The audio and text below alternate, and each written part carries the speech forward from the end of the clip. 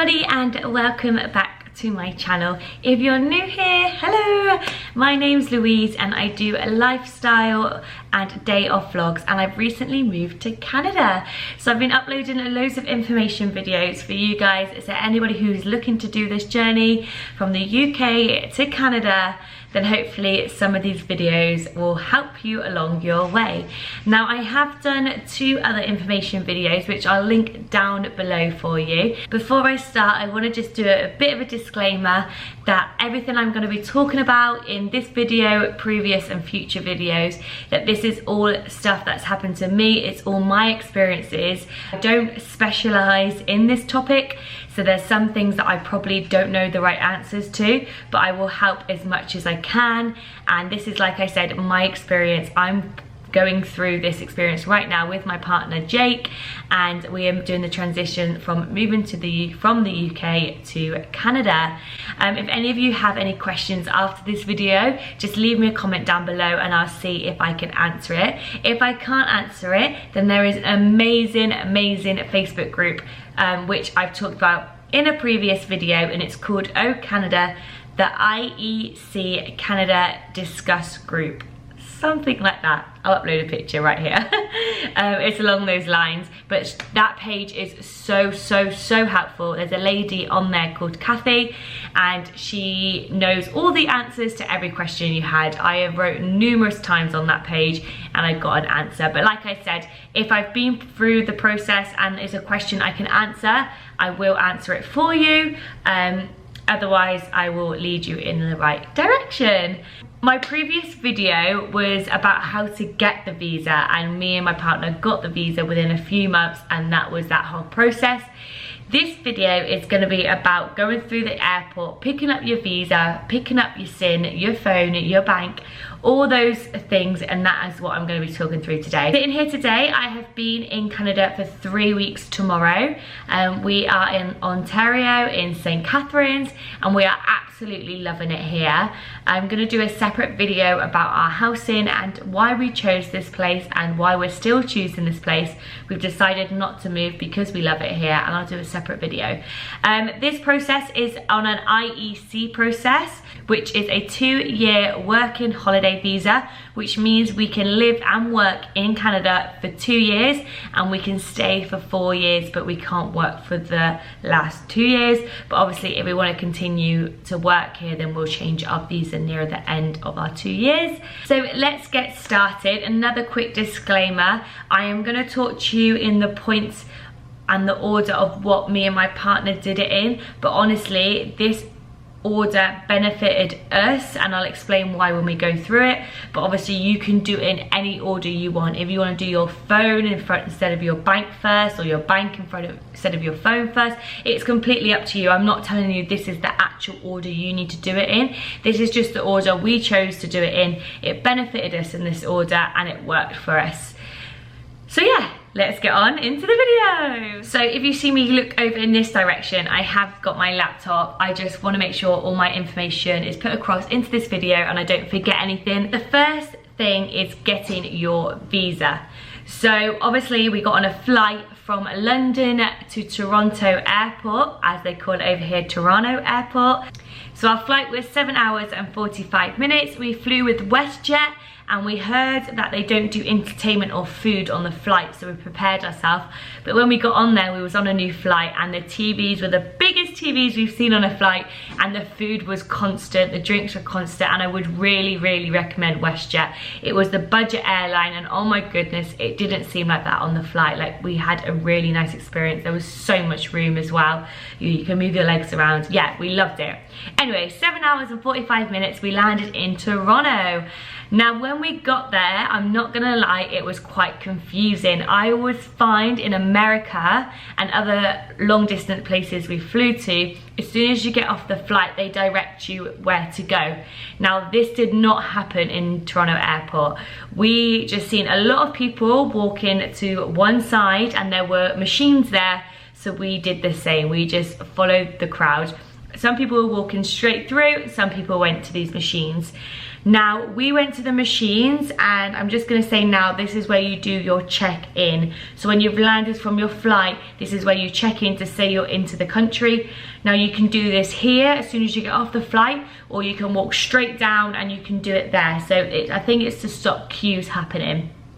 So if there's a queue at one of those machines, don't wait in that queue. Keep walking straight down and you'll find some more machines and you can do them just where the visa office is. Now, every single person has to do this.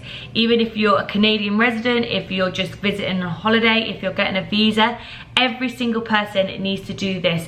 We didn't know this, so we asked someone because we didn't want to go through all this application to be told, no, you need to go to a separate place. But no, you need to do this. So you get your picture done, you put your passport in, you fill out your details, how long you're here for, and then you get a slip of paper about this big printed off.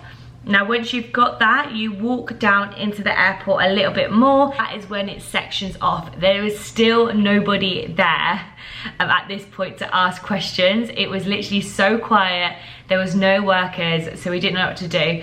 But we walked over to the far left-hand side. So obviously people that are residents and they're on holiday, they get separated into two. And if you're here to get a visa, you have to go on the far left-hand side. So with your sheet of paper, we walked there and then we were greeted with an officer, finally, someone who worked there. I explained how we're here to get our IEC visa. They asked if we had our POE letter with us. We said yes. And then they drew a massive green X on our sheet of paper and they told us to go down to the next door with the paper. So we went down to the next door. There wasn't a queue really. I think the queue was about a 10-minute long queue, but we were in this massive room, and in this room I would say there was about 15 stations with officers behind them, and then there was a seating area with booths either side in the far left hand side. There were a few people who sat down waiting to be interviewed, so I was praying, my fingers were crossed that we didn't get pulled because it was on Boxing Day. We just wanted to get through the airport and get to our Airbnb because we were so excited.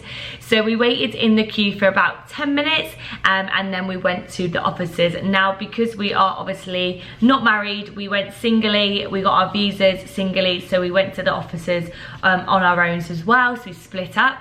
My officer was very nice. He only asked to see my POE letter, so make sure that is printed off. That is the most important thing. They are going to ask for that letter.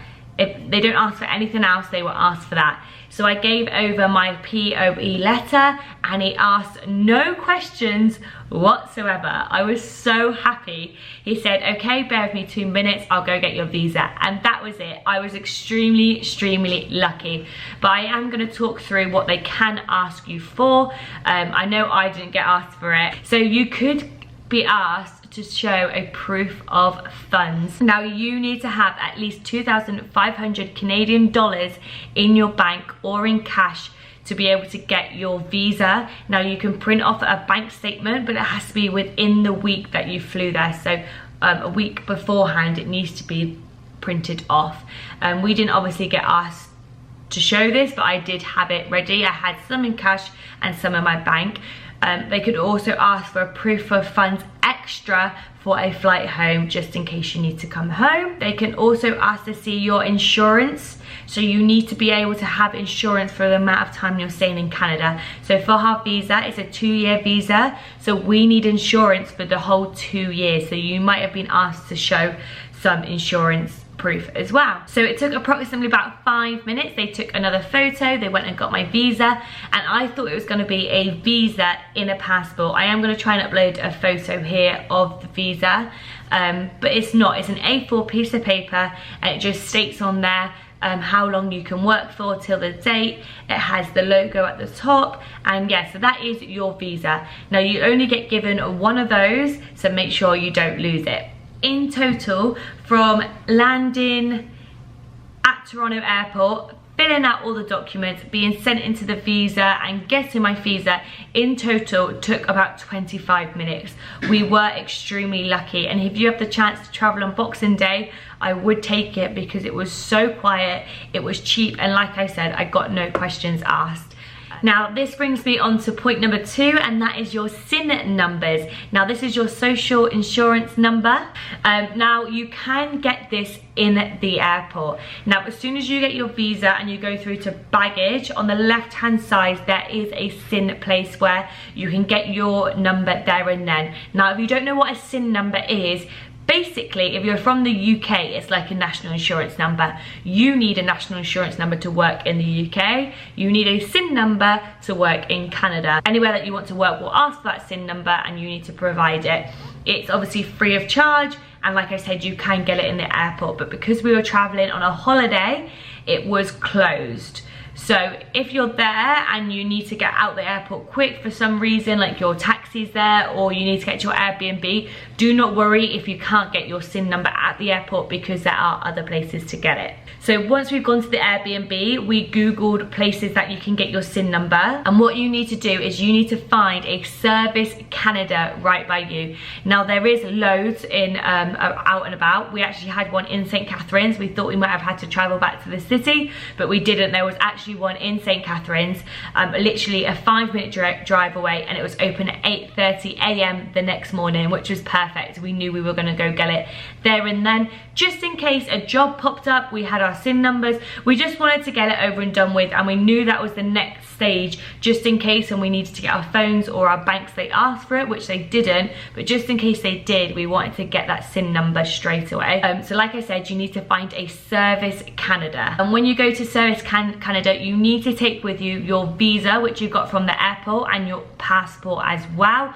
I just took every bit of documents I had, like the POE letters, insurance, because you don't know what they're going to ask for, but ours just asked for our visa and our passports. We got there as Service Canada opened. So like I said, it opened at 8:30 a.m. We got there and there was 2 people waiting already in front of us. So maybe later on in the day it takes a lot longer because there's a queue. So I do recommend getting there when it opens, because we were second, third in the line, and we got seen to within 5 minutes. And you get called into the little interview room. You're in there and they just ask questions like your mum's name, your father's name. It didn't take long at all. Mine actually took only 5 minutes. They asked me just my date of birth, my address, my mum and dad's name, and that was literally it. Then they gave me the SIN number. My partner's took slightly a bit longer because she was talking to him a little bit more, but like I said, it can vary how long it takes, but it was extremely quick. You don't need to pay for it. You don't need to provide any information that you probably don't already know.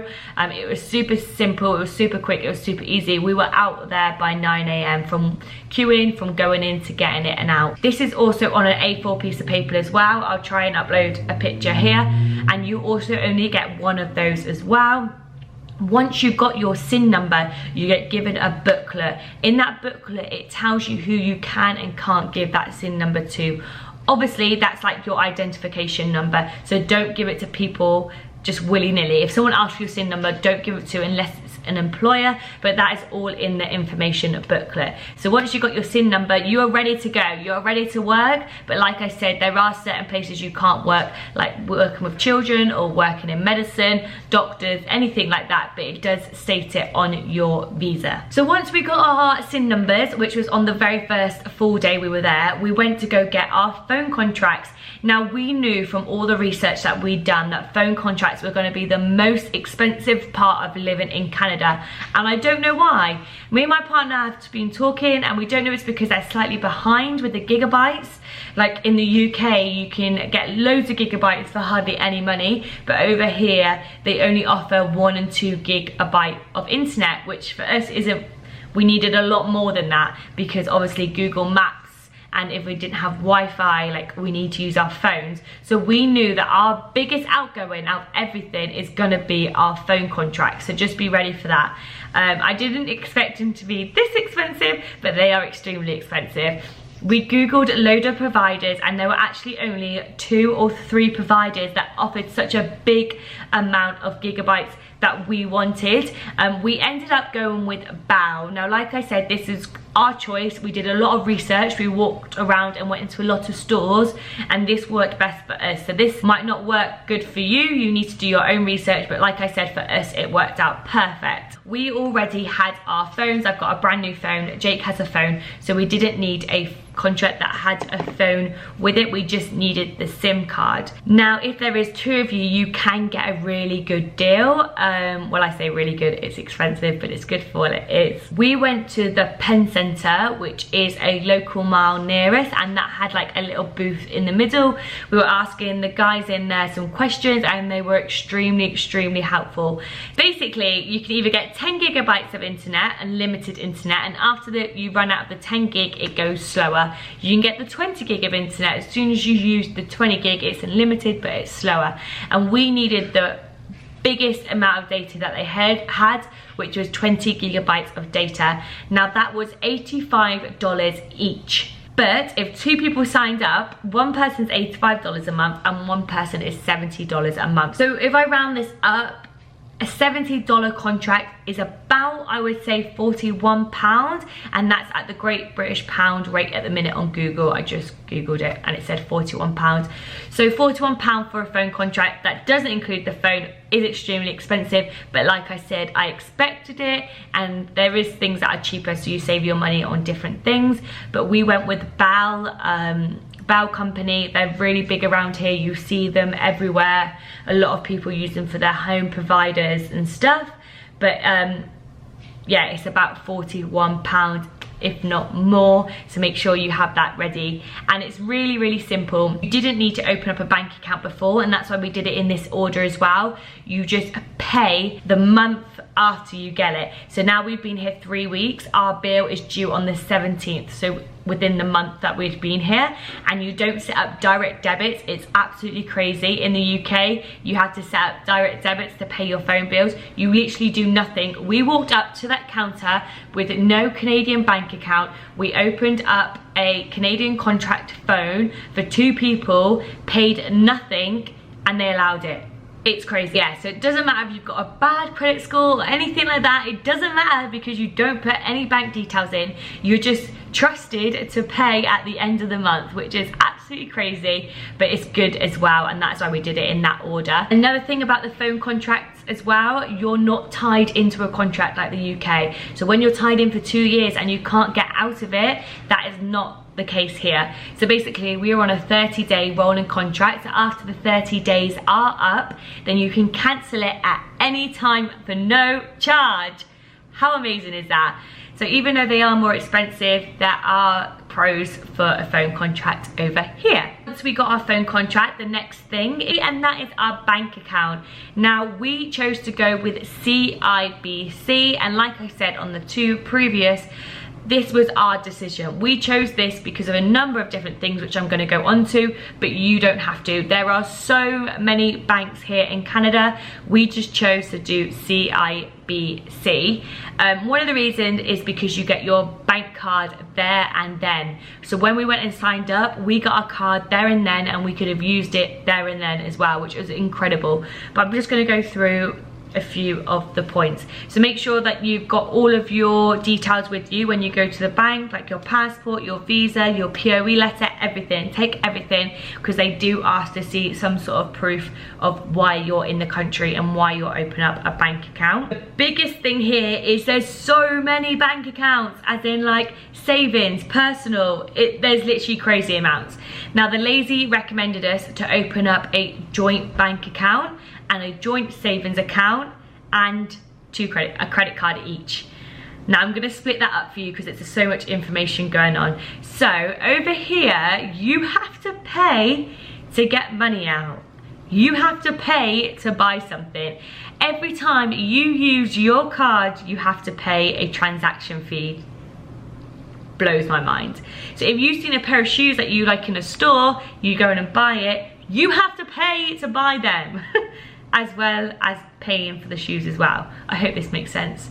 So the card we chose and she recommended is a capped fee. So at the end of each month, no matter how many times you use it, it will not go past $14.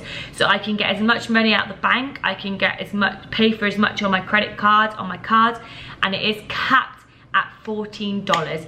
So you need to remember you have monthly charges on your bank card just for using it, just for having it. Now they said this is because their banks work better over here. For example, you get your card there and then to use, and you're paying for a service. The lady that we spoke to was so helpful. We were there for 2 hours in total, and she gave us her personal number, her email address. She has rang us up since we've left there to check if we're okay. So it's like a little accountant, as it is, like we are paying for her service, and it works really, really well. So we were there for 2 hours in total. It was a very long 2 hours. Understanding the banks over here, understanding the credit cards, everything like that. But like I said, we chose CIBC, and we chose just the normal joint bank account, which has a savings account attached to it. Now, if you want to draw money out here in Canada, you need to go to your bank, otherwise it is an extra $3 charge. So I have to go to a CIBC bank to get the money out. Otherwise, if I went to a TD bank, then they charge me an extra $3 on top of my additional charges. Wow, that's a lot of information, sorry. So yeah, like I said, you need to physically go to your bank to get your money out, otherwise you'll get additional charges.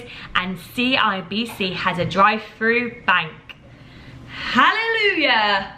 What a thing. Yes, in Canada they have drive-through banks. I'll upload a clip if I can, because I do have a clip of us going through the drive-through bank just now. So basically you don't have to get out your car, you drive up, you type your PIN in, and you get your money in, or you can put money in, take it out, and you get it there and then. So I know there is additional charges for using your bank, but it does come into a positive, because like I said, you get your cards there and then.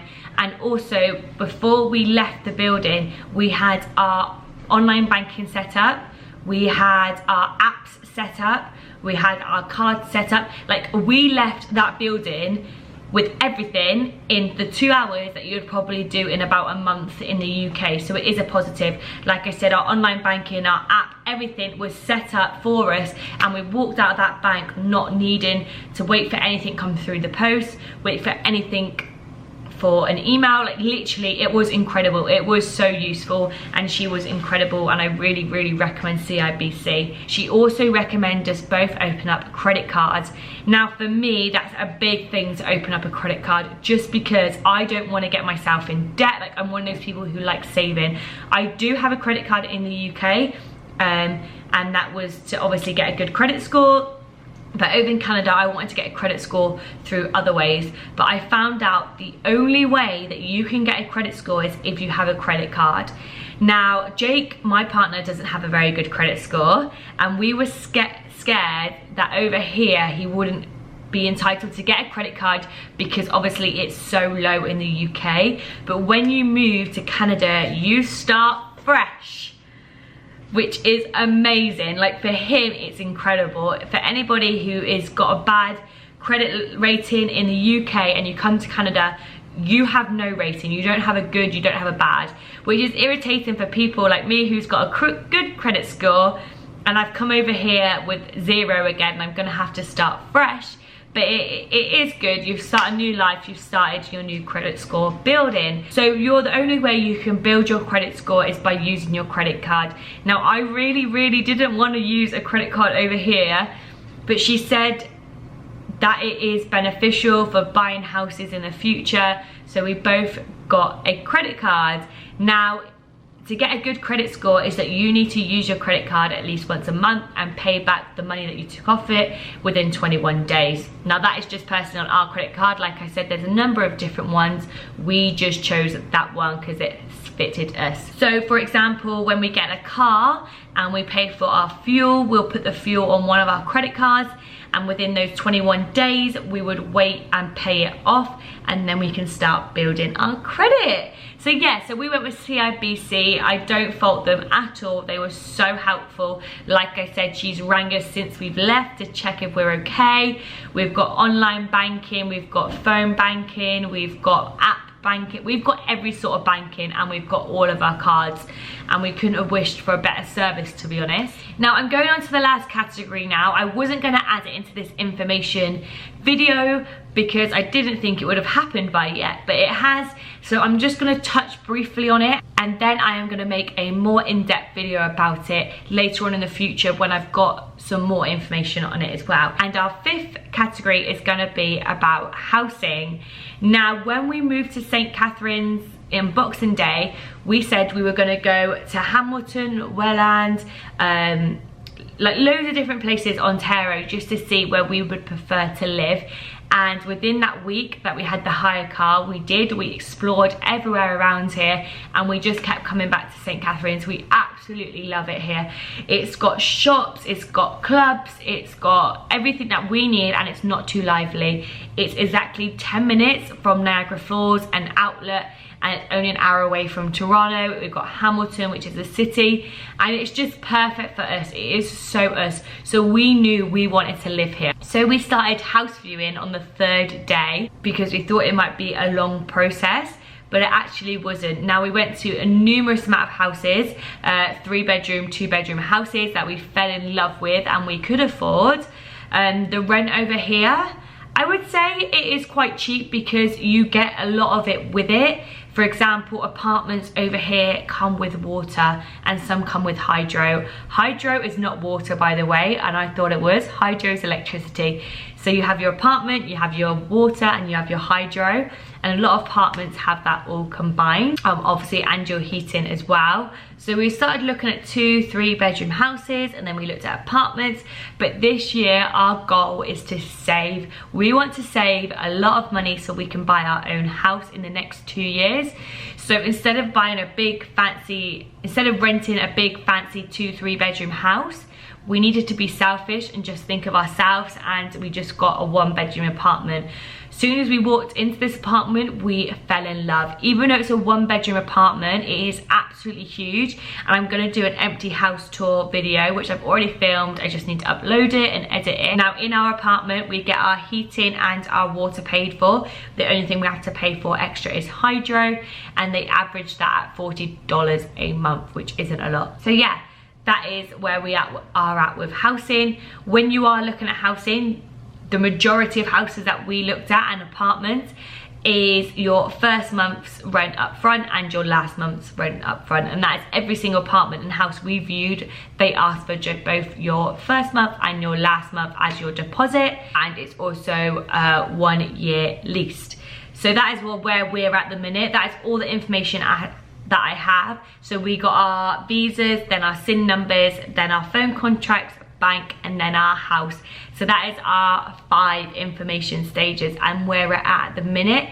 Jake has been on the phone all day to loads of different providers for our internet and cable and TV, but like I said, I don't want this video to be really long and really boring. I just want it to be really useful for you guys. And if you're making this trip over here to Canada, be excited because it's not as stressful as you think, and honestly, it was so much easier than I thought, and I hope this video helps you.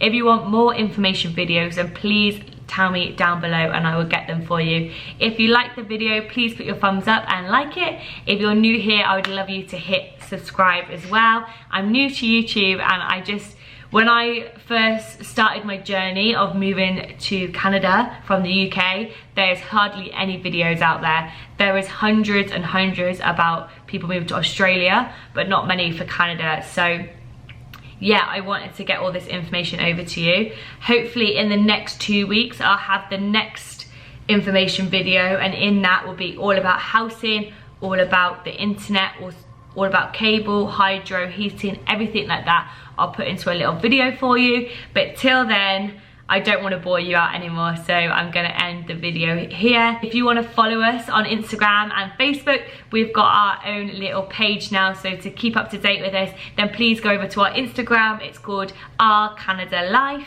and then our Facebook is also called Our Canada Life as well. I'd love you to follow us on both of those platforms. We upload daily pictures and videos of our journey here, and like I said, I'm absolutely loving it. I've recently got my first job as well. I have had 2 interviews so far, and I got 2 job offers, and I've accepted accepted one of them. But like I said, I'll make a more in-depth video on that as well. But yeah, thank you so much guys for watching. I hope it was helpful. Any questions you've got, then please leave it down below. But I'll see you on my next information video.